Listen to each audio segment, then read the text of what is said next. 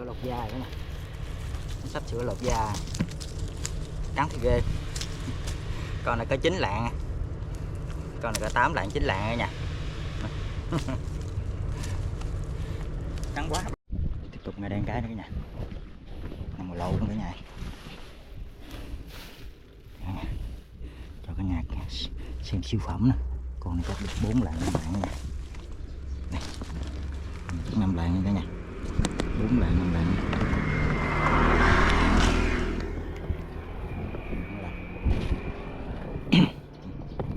Con chắc được 4 lạng, dài lắm cả nhà, 4 lạng khỏe nha.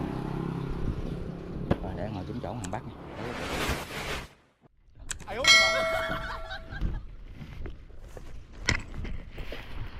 Này cá cỏ tông lỏng hết trơn cả nhà, dưới có 7 con không biết.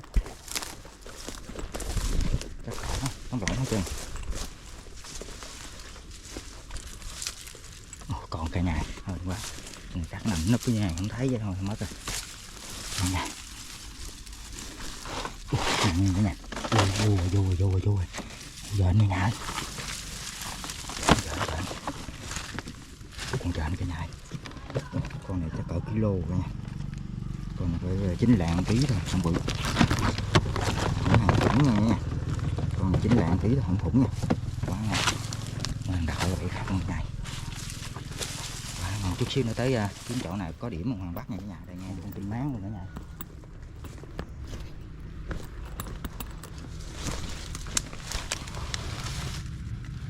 Lúa đẩy ra cả nhà. Lúa đẩy ra nha. Nè cả nhà. Lúa đẩy ra là ngon rồi đó. Con.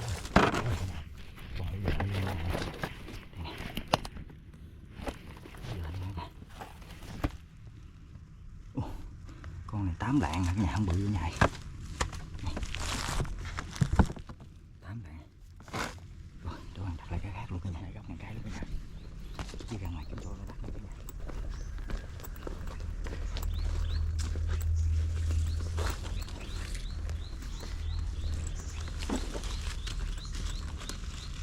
Đây lúa.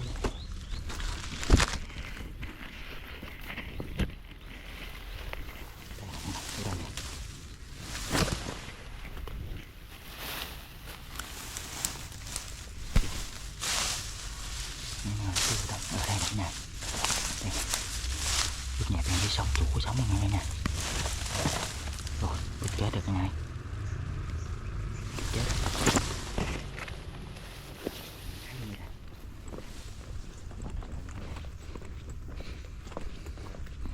Đây nước ngập quá trời, không đặt được chỗ nào. Đặt chỗ cao thôi cả nhà. Chỗ thấp đặt không được nha cả nhà.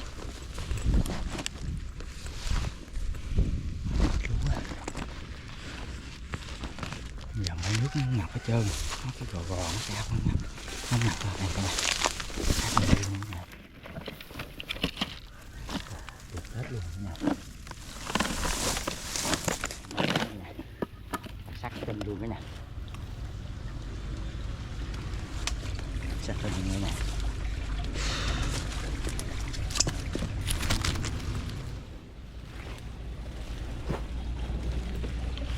Cái này mấy ngày chưa thẳng rồi nha, mấy ngày rồi đó. Cái tớt rồi, nặng nha cả nhà, rồi vô ngõ hành cả nhà. Vô ngõ hành để có bụi luôn. 3 lạng, vô ngõ hành được 3 lạng cả nhà, hai đồng mấy 3 lạng gì đó. Kiếm chỗ bắt luôn được cả nhà, nãy giờ 4 con rồi chưa bắt được, hay gắn lưới rồi. Có con khủng nó bắt hết. Có con khủng cho bắt rồi nhà. Dần bỏ luôn, sập xuống dưới luôn. Dài con đó. Cái vấn đề nào không biết. Vấn đề nào không biết.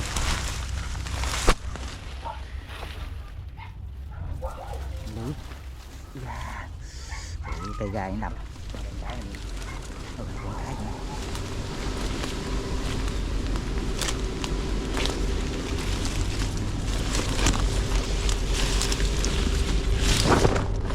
Một trên đây.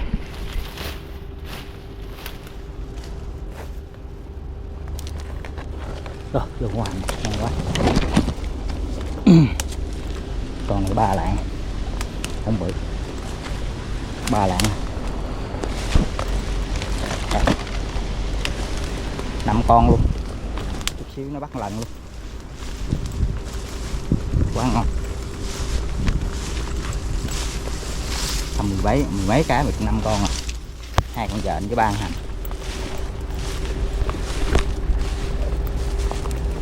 Ui da, nó đau chứ, đây còn 2 cái nữa phải.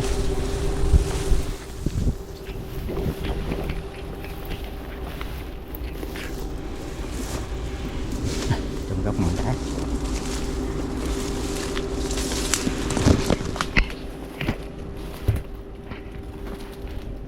rồi, mất cái bẫy ở đây rồi anh em ơi,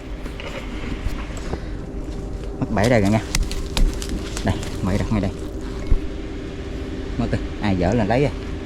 Ở đây nó ngay cái đường đi luôn, ngay cái đường đi nó mất ngay cái xưởng, ngay cái đường đi ngay cái xưởng. Rồi mất cái này, cái này ta đặt ở ngoài nó bị lồi lên, của hàng gì hàng ở đây kỹ mất rồi. Nhớ đây còn cái nữa,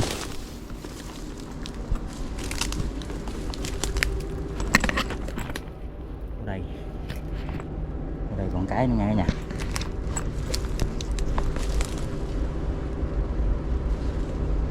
Chắc nằm tốn kia hay sao rồi, đây không phải. Xong rồi bắt được con ruồi đây bự ghê.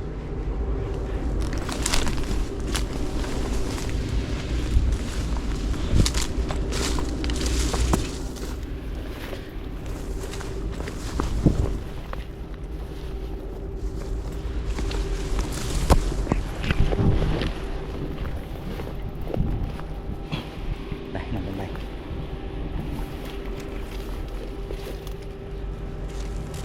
Ủa gì ta, ở dưới đây, dưới đây.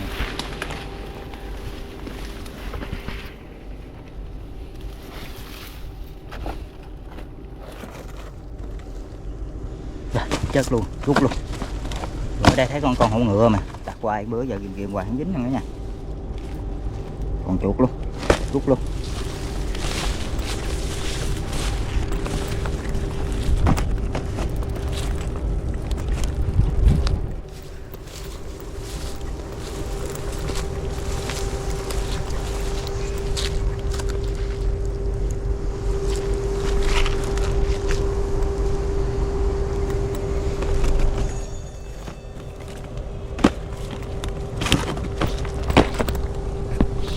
Tôi Hoàng bắt luôn nha cả nhà, 4-5 con này, 5 con.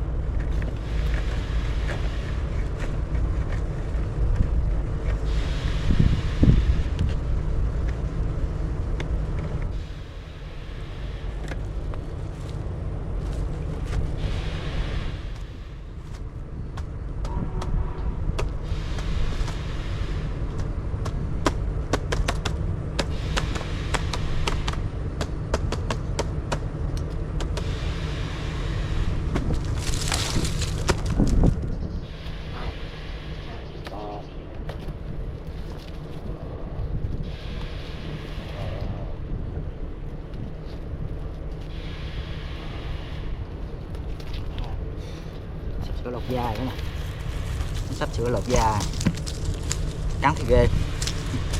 Con này có 9 lạng, con này có 8 lạng 9 lạng nha. Cắn quá bay ra cắn lia lịa.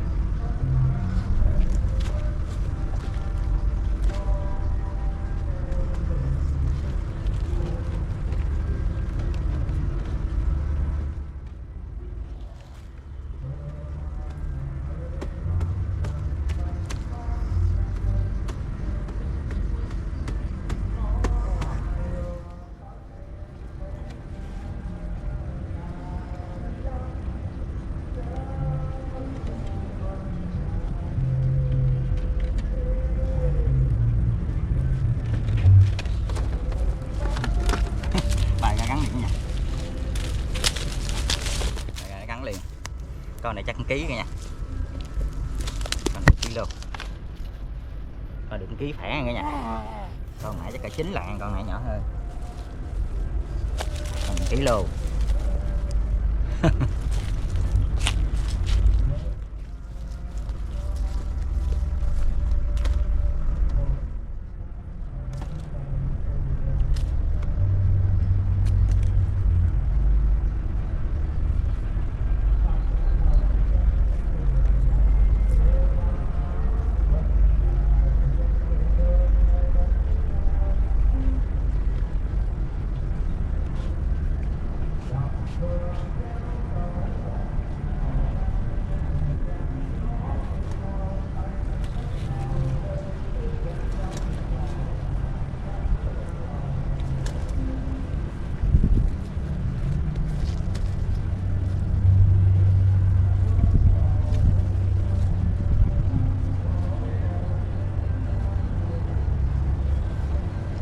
3 kg vậy cả nhà, 3 kg.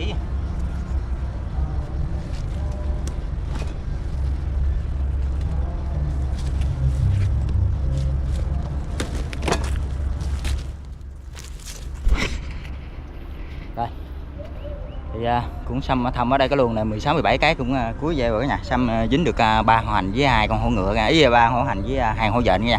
Con 9 lạng với con ký. Còn 3 hành chắc có một con 2 lạng với 2 con kia chắc cỡ 4 lạng nữa nha. Tầm nó vô hết luôn, tầm 3 kg đổ lại nha cả nhà. Rồi thì cuối video cũng gì thì mong cả nhà xem hay và đăng ký kênh ủng hộ của Hoàng nha. Rồi mong cả nhà đón clip tiếp theo nha cả nhà. Rồi bye cả nhà nha.